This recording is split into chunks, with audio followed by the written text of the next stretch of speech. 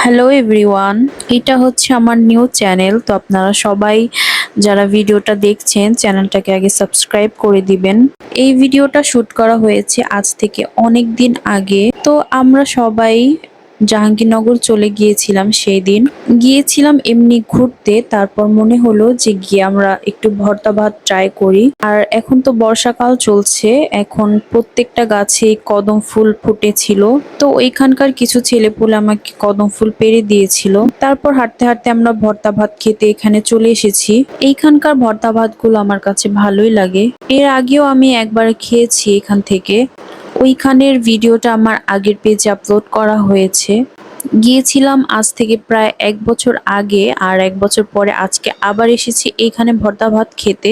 সচরাচর এখানে ভর্তা ভাত খাওয়া হয় না, কিন্তু যখন যাই মাঝে মাঝে খাই, ভালোই লাগে আমার কাছে।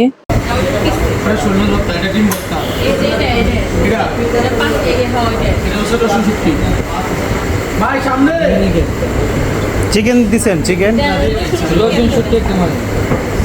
তো এইখানে নানান ধরনের ভর্তা ছিল। প্রত্যেকটা ভর্তার প্রাইস হচ্ছে 10 টাকা করে।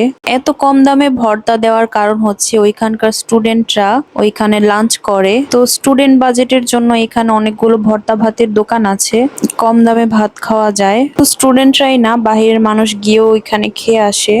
আমরা এখানে লইট্টা শুটকি, চিকেন ভর্তা, রসুনের ভর্তা আর কিছু কিছু ভর্তা নিয়েছিলাম, আমার মনে নেই, কিন্তু রসুনের ভর্তাটা অনেক বেশি ভালো ছিল। রসুনের ভর্তাটা খেতে অনেক বেশি মজা লেগেছে।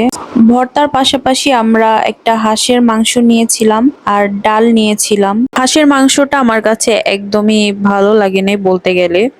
তো এইখানে চিকেন অথবা অন্য কোনো মাংসের থেকে শুধু ভর্তাটা খেতেই ভালো লাগে। আর তারা সাথে একটা টিকা দিয়ে থাকে, তখন টিকাটা বানাচ্ছিল না বলে খেতে পারিনি, কিন্তু টিকাটা অনেক বেশি মজার। তো আপনারা গেলে চিকেন অথবা হাঁসের মাংসটা ট্রাই করবেন না। তো আমাদের খাওয়া দাওয়া শেষ, এবার আমরা বাসায় চলে যাচ্ছিলাম।